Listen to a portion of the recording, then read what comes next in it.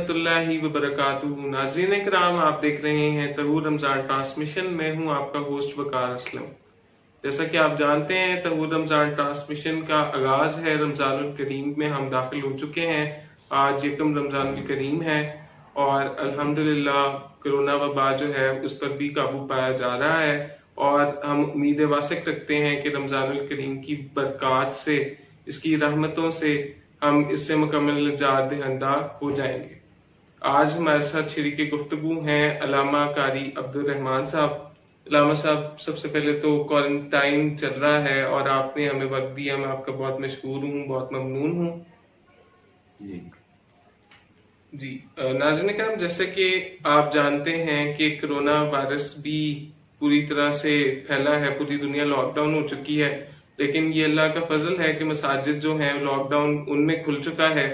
اور رمضان کی فضیلت پہ ہم بات کریں گے، کیونکہ آج ابتدائی نشست ہے، تو اس میں ہم بات کریں گے کہ کس طرح سے ہمیں اس کا استقبال کرنا چاہیے، استقبال رمضان کیسے ہے، اور ہمیں وہ کیا اعمال ہیں جو ان کو کر کے ہم کرونا جیسی جو آفت ہے، جو وبا ہے، اسے چھٹکارا حاصل کر پائیں گے۔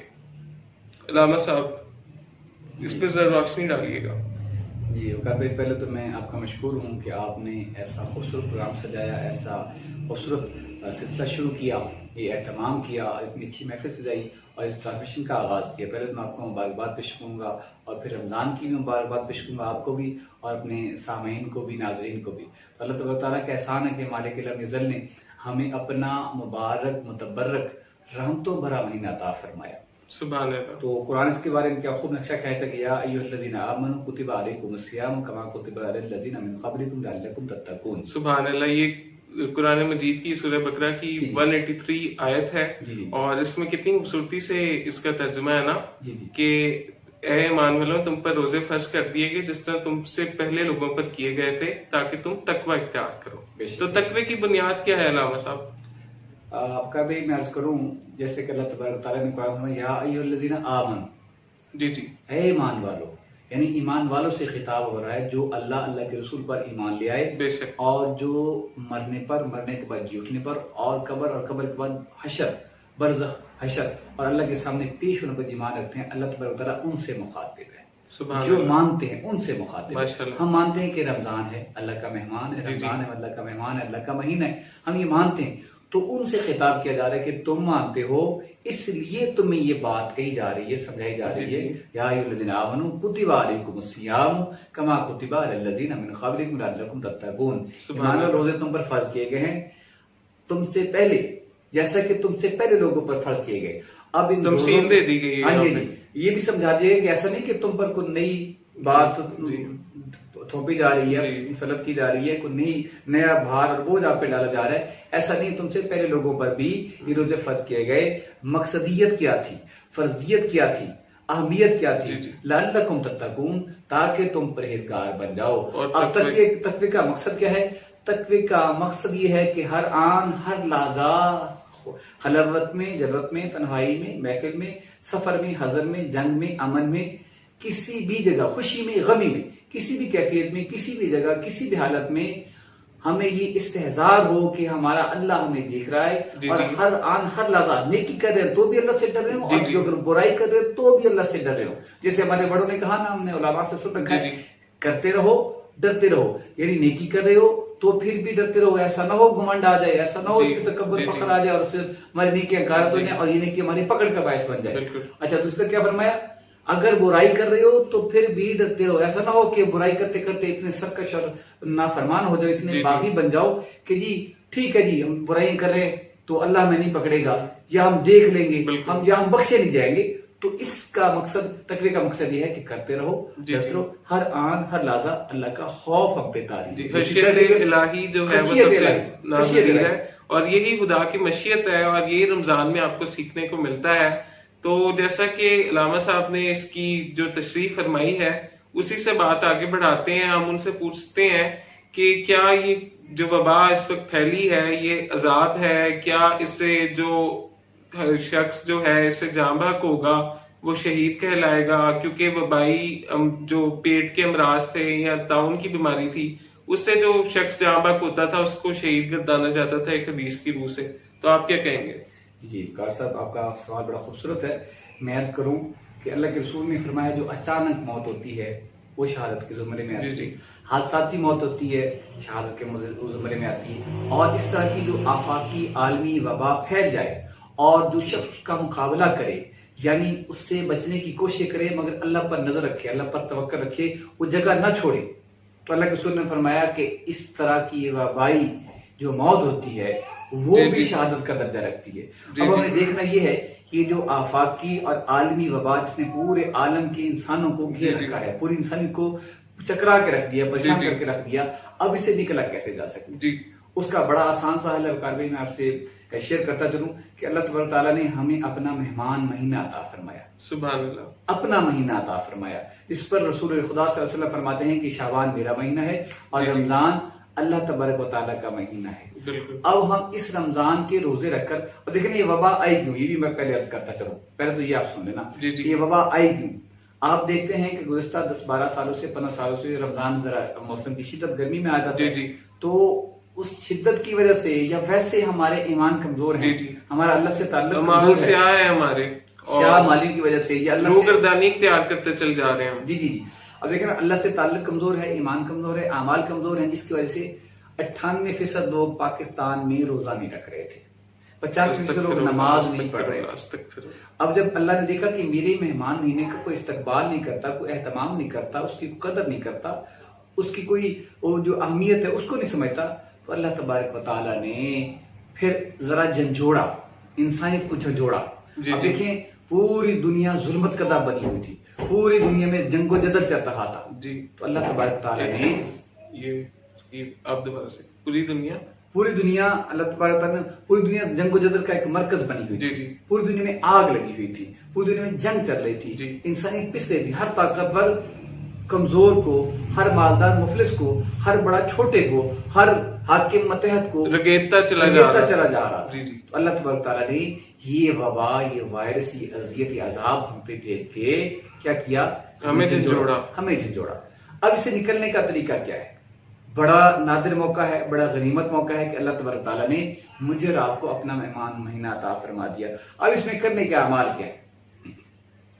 اللہ کے رسول کی ترتیب کیا ہے کہ رات میں قیام اللیل فرماتے اور دن میں روزہ رکھ کر غربا اور مساکین پر اتنا خرچ کرتے کہ جو عام دنوں میں اس کے مقابلے میں بہت زیادہ تھا، جیسے بارش کے قطروں سے بھی زیادہ خرچ کرتے. تو اس میں ایڈ کرنا چاہوں گا جس طرح مخیر حضرات نے جو اس دفعہ بہت اچھا انیشیٹو لیا ہے کہ رمضان سے پہلے جو زکوٰۃ کی ادائیگی ہے وہ ممکن بنی ہے اور لوگوں کے گھروں تک راشن پہنچا ہے، کیونکہ لاک ڈاؤن کی وجہ سے تمام تر لوگوں کی جو زندگیاں تھیں، چولہے جو تھے وہ بجھ گئے تھے، زندگیاں جیرن ہو رہی تھیں. تو اس میں زکوٰۃ جو ہے وہ علماء نے کچھ علماء نے فتویٰ دیا کہ جو زکوٰۃ ہے وہ رمضان سے پہلے دے دیں، جس سے لوگ کافی حد تک موٹیویٹ ہوئے.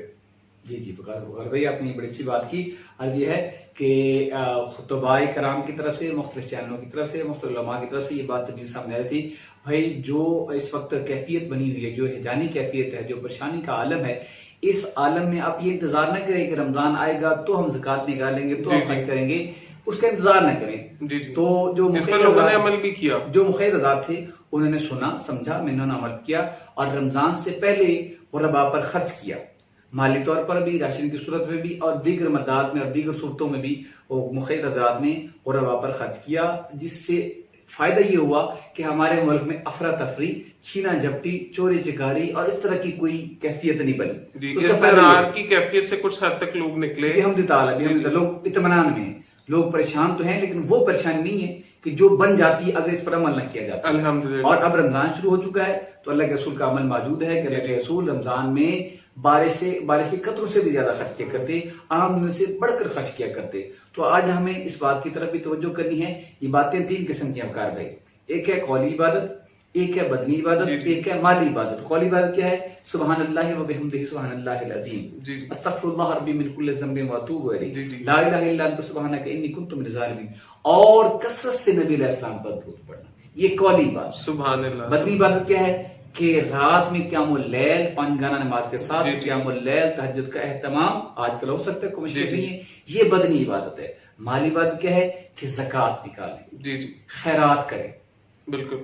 زکات نکالے، خیرات کرے اور صدقے کا اہتمام کرے. اور روزوں کے بارے میں بتائیے گا کہ وہ اس طرح سے فرض ہیں کہ جب تک آپ کو کوئی حاذق وبا لپیٹ میں نہ لے لے تب تک آپ کے پاس کوئی توجیہ، کوئی ایسی منطق نہیں ہو سکتی کہ آپ اس سے انکار کریں یا نہ رکھیں. اس بارے میں ذرا لوگوں میں آگاہی پھیلائیے گا. جی افکار بھائی، آپ نے یہ بھی بڑا اچھا سوال کیا ماشاءاللہ، بڑے خوبصورت انداز میں آپ سوال کرتے ہیں تاکہ اس سے لوگوں کو سیکھنے کا موقع ملتا ہے. اس پر میں اس پر میں عرض کرتا چلوں کہ روزہ چھوڑنے کا وہ شخص مجاز ہے جو انتہائی کسی سخت ترین کسی موذی مرض میں مبتلا ہو، اور ایسا مرض جو جان لیوا ہو، جس سے اس کی جان جانے کے قریب ہو، جو بستر مرگ پر ہو، جو بستر علالت پر ہو، چل پھر نہ سکتا ہو، اٹھ کے بیٹھ نہ سکتا ہو، چل پھر نہ سکتا ہو، واش روم نہ جا سکتا ہو، کھانے کے لیے نہ بیٹھ سکتا ہو، کھانا پینا اس کا مشکل ہو، چلنا پھر اس کا مشکل ہو، اور کوئی اسے دیندار ڈاکٹر لکھ کر دے کہ اگر آپ روزہ رکھیں گے تو آپ کی صحت بگڑ سکتی ہے، یہاں تک کہ آپ کی جان بھی جا سکتی ہے، تو ایسی صورت میں روزہ چھوڑا جا سکتا ہے. ادروائز روزہ چھوڑنے کا کوئی جواز نہیں. دیکھیں اس دفعہ کتنی خوبصورت امتزاج دیکھنے میں آیا ہے اتباع کا اور علماء کرام کا. یہ دونوں بغیر اپنے جتنے بھی ڈفرینسز تھے ان کو بھلا کر یکجا ہو کر اور اتصال کے ساتھ انہوں نے فیصلہ کیا اور ایک دوسرے کے ہم آہنگ ہو کر قوم کی بہتری کے لیے فیصلے کیے. ہم خیال ہو کر فیصلے کیے اور ایک جگہ اکٹھے بیٹھ کر فیصلے کیے، اور دونوں نے ایک دوسرے کی رائے کو مانا، سمجھا اور تائید کی، اور دونوں نے متفقہ طور پر لکھ کر دیا کہ ہم یہ چاہ رہے ہیں. کسی نے کسی سے اختلاف نہیں کیا. اس کا نتیجہ کیا نکلا کہ آج آپ کے پاکستان میں مساجد کھلی ہیں، اذانیں ہو رہی ہیں، نمازیں باجماعت ہو رہی ہیں، تراویح ہو رہی ہیں، جمعہ بھی ہو رہا ہے، انشاءاللہ عید بھی ہوگی، اور اللہ سے ہم دعا کرتے ہیں اسی اتفاق کی برکت سے، اسی اتحاد کی برکت سے، اسی محبت اور مربت اور محبت کی وجہ سے اللہ تبارک و تعالیٰ، یہ دیکھیں نا اللہ کو یہی پسند ہے نا. اللہ نہیں چاہتا کہ بندے آپس میں لڑیں، بندے آپس میں جھگڑیں، بندے آپس میں قتل و قتال کریں، بندے آپس میں لوٹ مار کریں، بندے آپس میں ایک دوسرے کی چغلی کریں، غیبت کریں. اللہ یہ نہیں چاہتا. اب ہم یہ نہیں کریں گے اور اس کے اگینسٹ ہم کریں گے کہ مل بیٹھیں گے، ایک دوسرے کو دکھ درد بانٹیں گے، زکات کے ذریعے لوگوں پر خرچ کریں گے، راشن کی صورت میں خرچ کریں گے، لوگوں کو سہولتیں دیں گے. اللہ راضی ہوگا، اور جب اللہ راضی ہو گیا تو کوئی چیز ہمارا کچھ نہیں بگاڑ سکتی. کورونا کیا اس سے بھی کوئی بڑی وبا ہو تو ہمارا کچھ نہیں بگاڑ سکتی انشاءاللہ. تو علامہ صاحب جیسا کہ سورہ بقرہ میں ہے اَيُّهَا الَّذِينَ آمَنُوا اسْتَعِينُوا بِالصَّبْرِ وَالصَّلَاةِ إِنَّ اللَّهَ مَعَ الصَّابِرِينَ. کہ مطلب اللہ تعالیٰ کی طرف سے آزمائش ہے اور اللہ کے نزدیک صبر کرنے والے محبوب ترین لوگ ہیں. بالکل بالکل. جی قرآن نے کیا خوبصورت بات کی، یا ایھا الذین آمنوا استعینوا بالصبر والصلاۃ. ایمان والو استعانت کہتے ہیں مدد کو چاہنا، مدد کو پکارنا، مدد کو حاصل کرنا. یا ایھا الذین آمنوا استعینوا بالصبر والصلاۃ. ایمان والو اللہ کی مدد چاہو کس سے؟ بالصبر والصلاۃ، صبر کے ساتھ اور نماز کے ساتھ.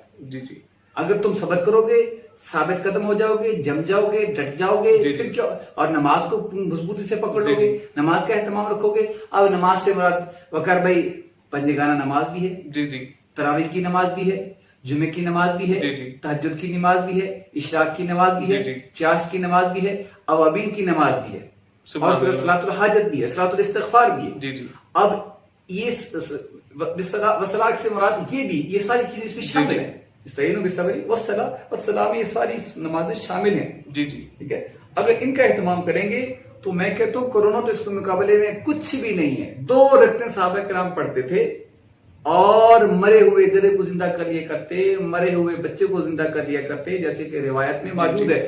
اور 2 رکعت نماز پڑھتے، اللہ سے مچ جاتے تو دریا ان کو راستہ دے دیتا، دریا ان کو راستہ دیتا. ایسے چلتے دریا پر جیسے کہ خشک جگہ پر، مٹی والی جگہ پر گھوڑوں کے جو پاؤں تھے، گھوڑوں کے جو پاؤں تھے ان سے مٹی اڑتی دیکھی چشم فلک نے، لوگوں نے دیکھا، مخالفین نے دیکھا، تو یہ تو دریا تھا، دریا میں صرف دھول کہاں سے اڑ رہی ہے. تو انہوں نے کہا یہ ہماری نماز کی برکت ہے. تو نماز کے صبر کے ساتھ اور نماز کے ساتھ اگر ہم اللہ کی مدد چاہیں گے، پلس الحمدللہ رمضان آ گیا، روزوں کا بھی اہتمام ہے، سحر و افطار کا بھی اہتمام ہے، اور سحر و افطار میں دعائیں قبول ہوتی ہیں. اللہ کے رسول نے فرمایا روزے دار کی دعا، عادل بادشاہ کی دعا اور والد کی دعا میں کوئی پردہ نہیں، ڈائریکٹ اللہ کی بارگاہ میں. سبحان اللہ. سحری میں افطار میں ہم دعا کریں، سحری میں دعا کریں، اور روزے کا اہتمام کر کے نماز پڑھ کے جب اللہ سے مل جائیں گے تو صرف میرے کرنے سے یا آپ کے کرنے سے ہو سکتا ہے کتنوں کا بھلا ہو جائے. سبحان اللہ ماشاءاللہ. اور جس طرح سحری کی تراوٹ ہے اور افطار کی حلاوت ہے, سبحان اللہ, یہ کیا خوبصورت برکت ہے. جس طرح سحری کھانے میں برکت ہے, اسی طرح اس پورے ماہ رمضان میں برکت ہے, اور اسی کا فیضان ہے کہ ہم ایک شادمانی ہو جاتی ہے, ایک شاد و فرحان نظر آتا ہے پورا سما. مسجدوں کی رونقیں, جو غافل ہوئے ہوئے لوگ ہوتے ہیں وہ پھر سے آباد کر دیتے ہیں مساجد کو, اور پھر سے وہی جوش و خروش, وہی خوشی و خدو اور وہی اہتمام نظر آتا ہے. رمضان کو میں پہلے بھی کہہ چکا ہوں اور ابھی بھی آپ سے, آپ علماء کرام ہیں اور آپ سے سیکھنے کو ملتا ہے, تو میں پہلے بھی کہہ چکا ہوں کہ رمضان ایک ورک شاپ ہے جو آپ کو پورے سال کے لیے تیار کرتی ہے. لیکن افسوس اس بات کا ہے, صد ہے, کہ لوگ صرف رمضان کو ایک مہمان کے طور پر لیتے ہیں, اور جیسے ہی وہ مہمان جاتا ہے لوگ اپنی انہی پرانی حرکات و سکنات پر لوٹ آتے ہیں, جو کہ انتہائی غلط ہے. رمضان سے آپ کوئی میسج لے کر اسے پورے سال اگر اپلائی کیے رکھیں تو آپ کی بہت ساری مشکلات جو ہیں وہ حل ہو سکتی ہیں. جی وقار بھائی, اس پر میں حدیث پیش کروں. جی جی. آج ویسے رمضان کا پہلا دن ہے, پہلی رات ہے, کل پہلا روزہ ہوگا, پہلی ہماری ساری ہوگی, آج پہلی سحری ہے. جی جی, آج پہلی ساری ہوگی. تو اللہ کے رسول نے فرمایا سحری کا کھانا برکت والا ہے, روزہ رکھو یا نہ رکھو, سحری کی 2 کھجوریں اور 1 گھونٹ لسی اس نے پی لی, وہ اس کا کھانا بھی عبادت بن جائے گا. کیا روزہ نہ رکھ سکو, اور افطار کرنا بھی, تو اور افطار کی مطلب بھی افطار کا کھانا بھی برکت والا ہے. تو کہنے کا مطلب یہ بڑی برکت والا مہینہ آ گیا, بڑی رحمت والا مہینہ آ گیا, لیکن اس پر اللہ کے رسول نے فرمایا جو اس کی نعمتوں سے, جو اس کی رحمتوں سے, برکتوں سے معروم رہا, اس پر اللہ کے رسول کیا فرمانے, حدیث سنا کے بعد کو دوسری طرف آگے لے کے چلتے ہیں. اللہ کے رسول نے فرمایا ایک دن مسجد نبی میں تشریف ہے, صحابہ کرام کا جتھا جمگٹا موجود تھا, تو صحابہ کرام موجود تھے, آپ علیہ السلام کے انتظار میں تھے. آپ علیہ السلام آئے, کوئی بات نہیں کی, خاموشی سے منبر کی طرف بڑھے, پہلے زینے پر قدم رکھا, آپ نے فرمایا آمین, دوسرے پر قدم رکھا, آپ نے فرمایا آمین, تیسرے پر قدم مبارک رکھا, فرمایا آمین, ماشاءاللہ, واعظ نصیحت فرمایا, واعظ خطبہ مکمل خطبہ دیا, خطبہ مکمل فرمایا, صحابہ کے درمیان تشریف لائے. صحابہ نے پوچھا یا رسول اللہ, آج ہم نے آپ میں ایک نئی بات دیکھی, عجیب بات دیکھی جو اس سے پہلے ہم نے نہیں دیکھی تھی, یہ چیزیں ہم نے نہیں سنی تھی, یا رسول اللہ اس میں ایسی کیا حکمت تھی. تو اللہ کے رسول نے فرمایا اس وقت میرے پاس روح الامین جناب جبریل علیہ السلام تشریف لائے ہوئے تھے, اور وہی لے کر آئے تھے, اور 3 بد دعائیں لے کر آئے تھے, اور ان بد دعاؤں پر مجھ محمد کو آمین کہنے کا حکم تھا. وہ کیا تھی؟ وہ بد دعائیں کیا تھی؟ اللہ کے رسول نے فرمایا, پہلی بد دعا بیان کی, اللہ فرمایا, اللہ کے رسول نے, اللہ کے فرماتے ہیں کہ میرے صحابہ پہلی بد دعائیں تھی, جبریل امین بد دعا کر رہے تھے کہ یا رسول اللہ ہلاک اور برباد ہو وہ شخص جس کے سامنے والدین دونوں یا دونوں میں سے کوئی ایک بڑھاپے کی عمر کو پہنچے اور وہ ان کی خدمت کر کے جنت نہ پائے, اللہ کو راضی نہ کر لے. یہ بد دعا تھی. اس پر میں نے کہا آمین. جی یا رسول اللہ دوسری بد دعا, اور دوسری بد دعا یہ تھی, جبریل امین یہ فرما رہے تھے کہ یا رسول اللہ ہلاک اور برباد وہ شخص جس کے سامنے آپ کا نام نامی اس میں گرامی جناب محمد آئے اور وہ آپ پر درود نہ پڑھے. اللہ کے رسول نے فرمایا, میں نے کہا آمین. جی علامہ صاحب, بہت خوبصورت حدیث آپ نے پیش فرمائی. اب ہم بڑھتے ہیں اپنے خوبصورت نعت خواں جو کہ ایک علمی اور ادبی شخصیت کے مالک ہیں, قصور کے تاجر رہنما ہیں, امجد اسحاق صاحب. امجد اسحاق صاحب بہت خوبصورتی کے ساتھ مدت خیر الانام میں اپنا گلہائے عقیدت پیش فرما رہے ہیں, تو بڑھتے ہیں ان کی طرف. جی علامہ صاحب اجازت ہے؟ جی جی بلائیں. رسول اللہ وسلم علیکہ یا حبیب اللہ, اپنا ہستی پر اجارہ کچھ نہیں, سب انہی کا ہے, ہمارا کچھ نہیں, اپنا ہستی پر اجارہ کچھ نہیں. وار دو سب کچھ نبی کے نام پر, وار دو سب کچھ نبی کے نام پر, ایسے سودے میں خسارہ کچھ نہیں, سب انہی کا ہے, ہمارا کچھ نہیں اپنا ہستے پر اجارہ کچھ نہیں وار کر سب کچھ نبی کے نام پر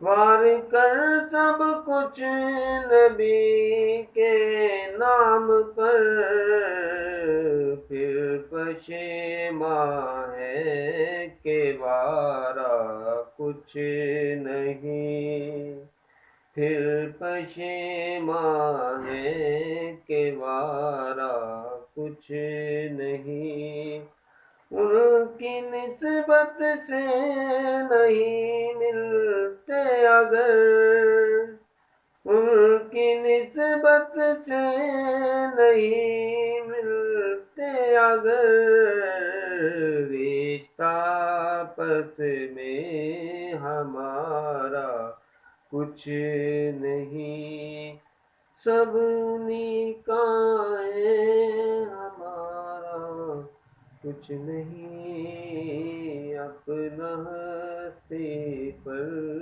اجارہ. سورہ بقرہ کی 185ویں آیت ہے کہ رمضان کا مہینہ جس میں قرآن اترا لوگوں کے لیے اس میں ہدایت اور رہنمائی ہے اور فیصلے کی روشن باتیں ہیں. یہ کتنی خوبصورت باتیں علامہ صاحب. جی بالکل. دیکھیں نا رمضان مبارک کا مہینہ لوگوں کو رمضان رمض سے ہے اور رمض کے معنی کسی کو جلا دینا. تو اللہ تبارک و تعالیٰ اس مہینے میں ہمارے گناہوں کو جلا دیتے ہیں. چاہے کہ ہمیں جہنم میں جلایا جائے نہیں, اللہ تبارک و تعالیٰ دنیا میں ہمارے گناہوں کو جلا رحمتوں کا نزول فرماتے ہیں. رحمتوں کو نزول کر کے رحمتوں کو نازل کر کے رحمتوں کی بارش برسا کے مجھے اور آپ کے تن من کو ظاہر باطن کو اللہ تبارک و تعالیٰ دھو دیتے ہیں. سبحان اللہ. تو اس سے ہوتا یہ ہے کہ جب ہم ظاہر باطن سے پاک ہو جاتے ہیں, جیسے کہ آپ کے چینل کا نام بھی پاک ٹی وی ہے, ہم جس سے پاک ہوتے ہیں تو پاک ہونے کے بعد پھر جو ہم اللہ سے مانگتے ہیں نا, جس کے لیے مانگتے ہیں, جتنا مانگتے ہیں, جیسے مانگتے ہیں ویسے مالک عطا کرتا ہے. اور جیسے طہور ہے رمضان اور احساس ہے رمضان. سبحان اللہ سبحان اللہ, کیا بات ہے. یہ احساس اور رمضان نام ہی پاکی کا ہے. دیکھیں نا رمضان کا مہینہ احساس اور احسار کا مہینہ ہے, قربانی کا مہینہ ہے اور غمگساری کا مہینہ ہے, لوگوں سے محبت کرنے کا مہینہ ہے اور لوگوں بھائی چارے کا مہینہ, لوگوں کی بھوک کو بھوک افلاس کو سمجھنے کا مہینہ ہے کہ لوگ کیسے بھوکا رہتے ہیں, لوگ کیسے پیاس برداشت کرتے ہیں, لوگ کیسے مشقتوں کو برداشت کرتے ہیں, لوگ کیسے اپنی خواہشوں کو دبا لیتے ہیں. اب دیکھیں نا, آپ نے روزہ رکھا, آپ میاں بیوی ایک چھت کے نیچے رہ رہے ہیں, دونوں نے سحری کھائی, لیکن دونوں ایک دوسرے کے مطلب یقین سے نہیں کہہ سکتے کہ جی میرے میاں کو روزہ ہے, میری بیوی کو روزہ ہے. آپ نماز پڑھ رہے ہیں, سب کے سامنے پتہ چل رہا ہے آپ کو. آپ زکات دے رہے ہیں, سب کو لینے والے کو پتہ چل رہا ہے. آپ جہاد کر رہے ہیں, پورے میدان میں جتنے بھی اپنے پرائے ہیں فوجی ہیں سب کو پتہ چل رہا ہے. اچھا آپ عمرے پہ جا رہے ہیں, سب کو پتہ چل رہا ہے. آپ حج کر رہے ہیں, سب کو پتہ چل رہا ہے. آپ زکات دے رہے ہیں, سب کو پتہ چل رہا ہے. آپ نماز پڑھ رہے ہیں, سب کو. آپ ذکر کر رہے ہیں, سب کو پتہ چل رہا ہے. تلاوت کر رہے ہیں, جتنی بھی عبادات ہیں ان میں بندوں کا بندے سے واسطہ پڑتا ہے اور پتہ چلتا ہے. بالکل. لیکن روزہ ایسا عمل ہے, ایسی عبادت ہے, روزہ راز ہے. روزہ راز ہے بندے اور اللہ کے درمیان. بندے اور اللہ کو ہی پتا ہے, تیسرے بندے کو, تیسرے فریق کو, تیسرے کسی شخص کو, حتیٰ کہ فرشتوں کو بھی پتا نہیں ہے, جنوں کو بھی پتا نہیں ہے. اچھا ایک شخص کو آپ روزہ رکھوائیں, سارا دن ایک شخص اس پہ مسلط کر دے, اس کے اوپر پہرا دے کہ میاں تم نے اس کو چیک کرنا ہے کہ صبح سے لے کے شام تک کوئی چیز یہ نہ کھائے. سبحان اللہ. کیا اس شخص کے متعلق آپ یقین سے کہہ سکتے ہیں اس کا روزہ ہے؟ نہیں, ہم نہیں کہہ سکتے, کیونکہ روزہ ایک ڈھال ہے, روزہ ایک آپ کو متقی بنانے کا ذریعہ ہے, روزہ آپ کی تربیت ہے, روزہ آپ کو نکھار پیدا کرتا ہے. آپ کو ظاہر باطن سے آپ کے معدے کے لیے فائدہ مند ہے, آپ کے جسم کے لیے فائدہ مند ہے, آپ کی روح کے لیے فائدہ مند ہے. اچھا دیکھیں کہ اس شخص کے متعلق آپ یقین سے کہہ نہیں سکتے. اچھا دیکھیں دوسری طرف جو پہلے میں نے مثال دی, میاں بیوی ایک چھت کے نیچے رہتے ہیں, ایک دسترخوان پہ, ایک ہی ٹیبل پہ کھانا کھایا, لیکن دونوں کے متعلق ایک دوسرے کے متعلق یقین سے کہہ نہیں سکتے کہ روزہ ہے. کیوں؟ روزہ دل کا معاملہ ہے, ظاہر کا معاملہ نہیں, باطن کا معاملہ ہے. اچھا اس کا پتہ اللہ کو ہی ہے, اس کا علم اللہ کو ہی ہے. روزہ راز ہے بندے اور اللہ کے درمیان, روزہ نیاز ہے, روزہ راز ہے, روزہ رمز ہے. اور روزہ محبت ہے، بالکل۔ روزہ عبادت ہے، جی۔ روزہ اللہ سے تقرب کا، اللہ سے قرب کا ذریعہ ہے۔ جی۔ جب اللہ سے قرب مل گیا، جی۔ گناہ دھل گئے، دل و دماغ جی۔ ظاہر باطن پاک روزہ ہو گئے۔ مزدائے انجام ہے۔ سبحان اللہ، سبحان اللہ، کیا خوبصورت بات نے استعمال کیا کہ روزہ جو ہے بندے اور اللہ کے درمیان راز ہے۔ اللہ فرماتے ہیں روزہ رمضان کا مہینہ میرا مہینہ ہے، روزہ میرے لیے ہے جی۔ اور میں ہی اس کی جزا ہوں۔ سبحان اللہ، روزہ یہ میرے لیے ہے، کتنی پیاری بات ہے نا۔ روزہ میرے اور لیے، روزے دار کی منہ کی بو مشک کی خوشبو سے بھی سبحان بڑھ کر ہے۔ اللہ، دریاؤں میں مچھلیاں، جی۔ جنگل میں جانور، جی جی۔ ہواؤں میں فضاؤں میں پرندے، درخت، ہر مخلوق اس روزہ دار کے لیے دعا کرتی ہے جو سبحان اہتمام اللہ، سے روزہ رکھتا ہے۔ سبحان اللہ۔ اب دیکھیں نا کہ روزہ بندے اور اللہ کے درمیان راز ہے۔ اللہ فرماتے ہیں کہ روزہ میرے لیے ہے جی۔ اور میں اس کی جزا ہوں۔ سبحان مثال کے طور پر اس بات کو یوں سمجھے وقار بھائی کہ آپ نے نماز پڑھی، اللہ فرماتا ہے جنت عطا کروں گا۔ جی۔ آپ نے زکوٰۃ دی، اللہ فرماتا ہے جنت عطا کروں گا۔